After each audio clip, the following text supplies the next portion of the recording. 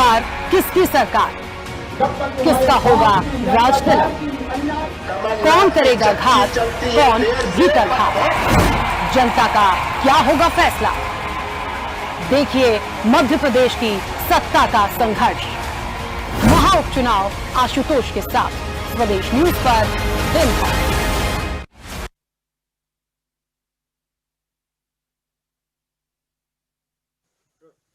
चुनाव में चौपाल का बड़ा महत्व होता है, लिहाजा स्वदेश न्यूज की टीम इस समय बुंदेलखंड के पठा गांव में मौजूद हैं और आप ये चौपाल देख सकते हैं।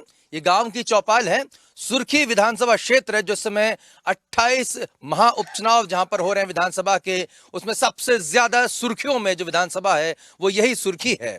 और सुर्खी गांव के नाम पर ही ये विधानसभा का नाम पड़ा है। उसका एक टोला है पठा, उसमें हम बैठे हुए हैं। छोटा सा गांव है लेकिन बेहद खूबसूरत ये गांव है और बहुत ही यहाँ के समझदार ग्रामीण भी हैं। उनसे चर्चा करेंगे, उनसे जानने की कोशिश करेंगे कि आखिर क्या वो मुद्दे हैं। हमारे साथ भारतीय जनता पार्टी के विधायक प्रदीप लारिया जी भी मौजूद हैं, उनसे भी चर्चा करेंगे। प्रदीप जी, शुरू में खबर आ रही थी कि आप नाराज हैं, चुनाव प्रचार नहीं कर रहे थे, इसमें कितनी सच्चाई है? नाराज जैसा तो कोई विषय नहीं है। और नाराज किस बात के लिए? हम लोग तो शुरू से ही भारतीय जनता पार्टी का काम कर रहे हैं, पहले दिन से। हाँ, ये बात किसने उड़ाई मुझे समझ में नहीं आता। और लगभग 20-25 दिन से भारतीय जनता पार्टी के लिए हम लोग काम कर रहे हैं और मकसद यही है कि भारतीय जनता पार्टी की सरकार यहाँ पर रहे, क्योंकि विकास केवल भारतीय जनता पार्टी की सरकार ही दे सकती है। और 15 महीना बीच में कांग्रेस के भी देख लिए, जितनी जन कल्याण की योजनाएं थी सारी की सारी बंद हो गई। 15 महीना में एक गति अवरोधक आ गया था विकास के रूप में, जो अनवरत शिवराज सिंह जी ने 15 साल से यहाँ चालू था विकास, उसको कहीं ना कहीं रोकने का काम कमलनाथ की सरकार ने किया था। और मैं समझता हूँ जनता इस बात को समझती है और आने वाले 28-22 सिलेक्शन में भारतीय जनता पार्टी की सरकार निश्चित रूप से है और रहेगी। ये सबसे ज्यादा जो सुर्खी विधानसभा क्षेत्र के बारे में प्रदीप जी कहा जाता है वो ये कि कहीं भारतीय जनता पार्टी को भीतरघात का खतरा तो नहीं है, या वर्चस्व की लड़ाई में गोविंद सिंह राजपूत जो है बलि का बकरा बनेंगे, इस तरह की बातें काफी चर्चाओं में रही है। ये तो मैं समझता हूँ रूमर है, इसमें कहीं भी कोई सत्यता नहीं है। भारतीय जनता पार्टी का एक एक कार्यकर्ता हमारा बूथ पर भी लगा है और पूरे दम के साथ भारतीय जनता पार्टी का कार्यकर्ता चुनाव लड़ रहा है और भारतीय जनता पार्टी के एक एक कार्यकर्ताओं की मेहनत से ये सुर्खी विधानसभा जीतेंगे। इसमें ना कोई किसी प्रकार का कोई भीतरघात है। पूरा भारतीय जनता पार्टी का सागर जिला और विधानसभा क्षेत्र का एक एक कार्यकर्ता पूरे संगठित भाव से पार्टी का काम कर रहा है और गोविंद सिंह जी को विजय श्री दिलाने के लिए और भारतीय जनता पार्टी को विजय श्री दिलाने को संकल्प लेकर काम कर रहा है। जो पिछड़े वर्ग का जो मतदाता है वो यहाँ पे बेहद अहम भूमिका निभाता है। आप एक बड़े चेहरे हैं प्रदीप लारिया जी, किस हद तक आपको लगता है कि भारतीय जनता पार्टी अपने इस वोट बैंक को फिर से जो है कमल के फूल पर वोट दबाने के लिए मजबूर कर पाएगी, उनको प्रेरित कर पाएगी? देखिए, पिछड़ा वर्ग भारतीय जनता पार्टी के बरहमें साथ रहा है, इस बार भी साथ रहेगा। और ये किसी को लगता है ये साथ नहीं रहेगा, वो साथ नहीं रहेगा, ये कुछ दिन के लिए है। 3 तारीख को स्पष्ट हो जाएगा कि भारतीय जनता पार्टी के साथ ओबीसी भी साथ में है, बाकी सभी वर्ग साथ में है, अनुसूचित जाति आदिवासी सब वर्ग साथ में भारतीय जनता पार्टी के हैं। और ये जो पिछड़ा वर्ग की बात आ रही है, मैं समझता हूँ इसमें केवल शगुफा है, पूरा पिछड़ा वर्ग भारतीय जनता पार्टी के साथ है। ठीक है, मैं कुछ लोगों से भी चर्चा करना चाहूंगा। दल बदल को लेकर शुरुआत में यहाँ पर चर्चा चली थी, लेकिन जिस तरह से पारुल साहू जी भाजपा छोड़ के कांग्रेस में आ गए, तो क्या अब दल बदल सुर्खी विधानसभा क्षेत्र में कोई मुद्दा रह गया है? जी नहीं, इस प्रकार का कोई मुद्दा नहीं है। क्या है कि दल बदल का तो पहली बात जो आज सवाल उठाया दूसरों ने दल बदल का, तो ये कोई बात नहीं है। जब अगर कहीं कोई भी हो, आज मैं हूँ या आप कोई भी है, जब अगर कि किसी का कोई काम नहीं होगा और किसी की जो नहीं सुनेंगे, आज कहने की बात माननीय है, अगर कहीं ये हम लोग की बात नहीं सुनेंगे तो फिर तो हमको भी सोचना पड़ेगा ना इस बात के लिए कि ये जब हमारा काम नहीं हो रहा तो हमें फिर दूसरा विकल्प ढूंढना पड़ेगा। इसी प्रकार से उन्होंने भी, गोविंद सिंह राजपूत ने भी वही किया। जब जनता का कोई काम नहीं हुआ, कमलनाथ जी से बार बार अनुरोध किया और उन्होंने नहीं सुनी, बार बार बोलने के बाद नहीं सुनी, तब उन्होंने जाके पार्टी को छोड़ा और भारतीय जनता पार्टी की टीम में जाके शामिल हुए। और जो भारतीय जनता पार्टी है वो बहुत सख्त पार्टी और किसान हित और जन कल्याण योजनाओं के हित में काम करती है, ये मैं जानता हूँ। और भारतीय जनता पार्टी हमेशा शुरू से, आज नहीं शुरू से, जनहित में गरीब से लेके ऊंचे लोग, सभी लोगों को, व्यापारी लोगों को, सभी को ध्यान में रखते हुए सबका साथ सबका विकास भारतीय जनता पार्टी करती है। मतलब दल बदल यहाँ पे कोई मुद्दा नहीं रह गया। आप बोलना चाहेंगे भैया? थोड़ा आगे आइए। नहीं बोलना चाहेंगे? क्यों नहीं बोलना चाहते? आप चौपाल पे बैठे हुए हैं, क्या है आपके लिए मुद्दा? क्या नाम है आपका? हमारा जगन्नाथ। जगन्नाथ जगन्नाथ जी, क्या करते हैं आप? मेन तो मजदूरी करते हैं सर। क्या है मुद्दे आपके लिए? किस आधार पे वोट देंगे आप? बीजेपी की लाने। मुद्दा पूछ रहे, मुद्दा आप बताइए आपका क्या नाम है? अमर देवी सिंह। क्या मुद्दे हैं आपके लिए? गद्दार बोला जा रहा है, गोविंद सिंह राजपूत जी को गद्दार बोल रहे हैं कांग्रेस पार्टी, आप सहमत हैं? नहीं, इस बात से सहमत नहीं हूँ। मैं सहमत नहीं हूँ कि गद्दार है।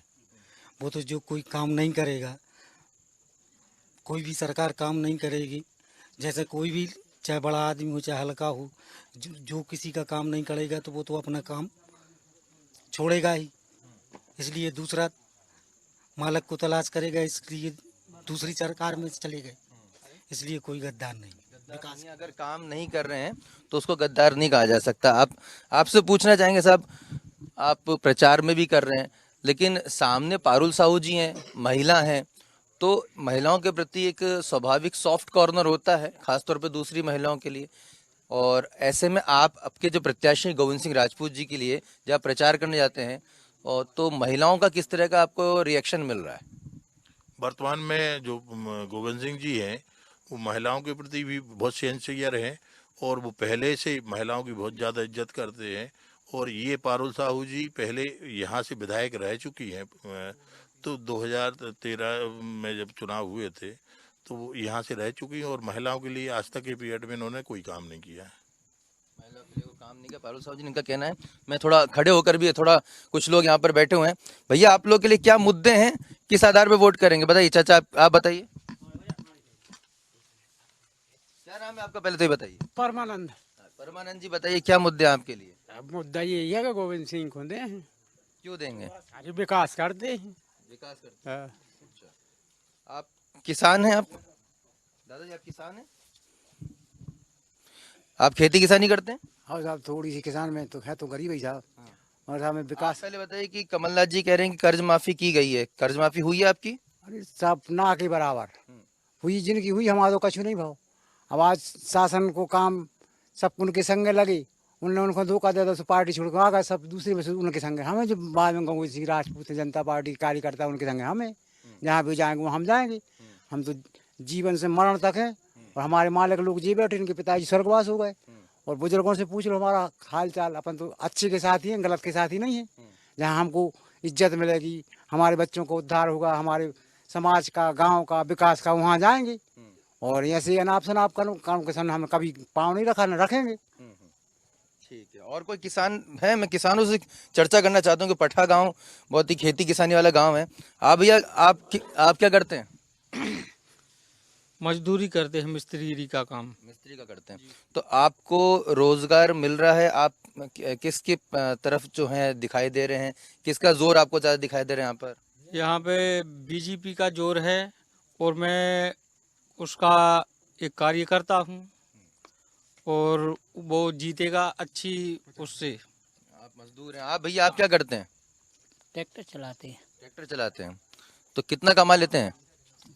अपने घर के खर्च जो कमा लेते हैं। किस आधार पे आप वोट देंगे भैया? क्या नाम है आपका? चंद्रेश। चंद्रेश जी, किस आधार पे वोट देंगे? क्या मुद्दा रहेगा आपके लिए? काम अच्छा होता है, गोविंद सिंह अच्छा काम कराते हैं तो हम लोग उसी को वोट देते हैं। पहले कांग्रेस में थे तो काम कराते थे, अब बीजेपी में आ गए तो अब बीजेपी में हम लोग वोट देंगे गोविंद सिंह के लिए।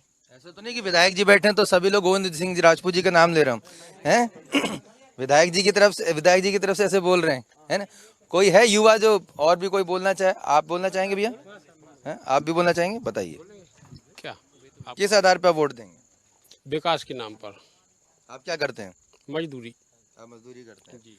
चलो अच्छे, बढ़िया। आप तो एकदम पैंट शर्ट में बढ़िया अच्छा कमा लेते हैं, मतलब नहीं मिस्त्री है, 500 तो मिलते ही दिन के मिस्त्री जी के हैं। समय में। हाँ, आज के समय में। और गोविंद सिंह बेहतरीन प्रत्याशी को नहीं है, अच्छे मतों से जीतेगा गोविंद सिंह राजपूत। अच्छा, आप आइए भैया, आप आगे आइए। क्या करते हैं आप? कुछ नहीं, काम करते खेती बाड़ी का। खेती बाड़ी करते हैं। क्या नाम है आपका? महेश सिंह लोधी। महेश सिंह जी, किस तरफ आपको दिख रहा है कि आपके लिए कौन बेहतर उम्मीदवार हो सकता है, पारुल साहू जी या गोविंद सिंह राजपूत? गोविंद सिंह राजपूत। क्यों? विकास कराते हैं। अभी हमारे गांव में उन्हीं का जो काम चल रहा था, पूरे गांव में सीसी रोड कराए उन्होंने। और हमारे यहाँ अभी बोल कर भी गए कि पानी की व्यवस्था करा देंगे, 29 लाख रुपए बोल कर गए हैं। और क्या पानी की व्यवस्था भी होगी, और रोड भी अभी सीसी रोड पूरे गांव में करा दी उन्होंने। सीसी रोड करा दी है, सीमेंट कंक्रीट रोड करा दी है, लोगों का ये कहना है। डर के तो नहीं बोल रहे ना भैया विधायक जी?